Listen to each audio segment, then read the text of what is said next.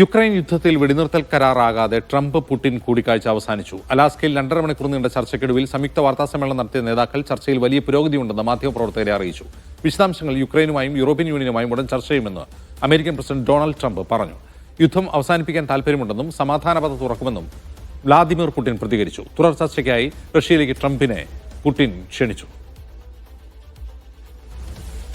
I believe we had a very productive meeting. There were many points that we agreed on. Most of them, I would say, a couple of big ones that we haven't quite gotten there, but we've made some headway.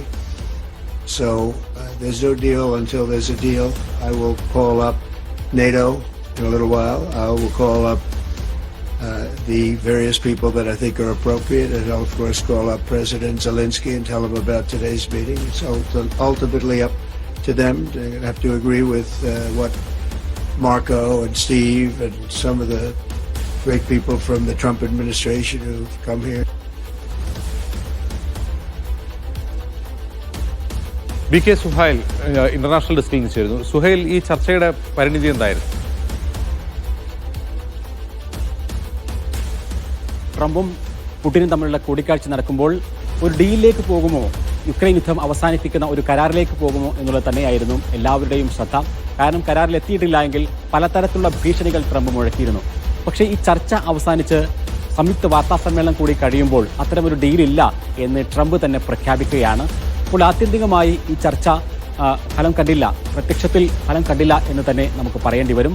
പക്ഷേ തുടർ ചർച്ചകളിലേക്ക് കാര്യങ്ങൾ പോകും എന്നാണ് ഇരു കൂട്ടരും അറിയിക്കുന്നത്. ട്രംപും പുടിനും വാർത്താ സമ്മേളനത്തിൽ പറഞ്ഞത് പല കാര്യങ്ങളിലും പുരോഗതി ഉണ്ടായിട്ടുണ്ട്, പല വിഷയങ്ങളും ചർച്ചയായിട്ടുണ്ട്. അത് യുക്രൈനുമായും അതേപോലെ തന്നെ നാറ്റോ അംഗരാജ്യങ്ങളുമായും സംസാരിക്കേണ്ടതുണ്ട് എന്നുകൂടി ട്രംപ് പറയുകയാണ്. ആ സംയുക്ത വാർത്താ സമ്മേളനത്തിൽ ചോദ്യങ്ങൾക്ക് ഉത്തരം നൽകാനോ അല്ലെങ്കിൽ വിശദമായി സംസാരിക്കാനോ രണ്ടു പേരും തയ്യാറായില്ല എന്നുള്ളത് നിർണായകമായ കാര്യമാണ്. കുറച്ചുകൂടി വ്യക്തത കിട്ടിയത് എന്താണ് ഈ ചർച്ചയിൽ നടന്നത് എന്നും ട്രംപിന്റെ മനസ്സിലുള്ളത് എന്താണ് എന്നും കുറച്ചുകൂടി കാര്യങ്ങൾ മനസ്സിലായത് അതിനുശേഷം ഫോക്സ് ന്യൂസുമായി നടത്തിയ അഭിമുഖത്തിലാണ്. ആ അഭിമുഖത്തിൽ എന്താണ് സംഭവിച്ചത് എന്ന് കൃത്യമായി പറഞ്ഞില്ല എങ്കിൽ പോലും ചില വിഷയങ്ങൾ ട്രംപ് സൂചിപ്പിക്കുകയുണ്ടായി.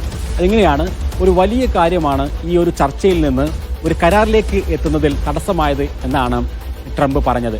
എന്തായിരിക്കും ആ വലിയ കാര്യം എന്നുള്ളത് ചോദിച്ചെങ്കിൽ അത് പുറത്തറിയിക്കാൻ ട്രംപ് തയ്യാറായില്ല.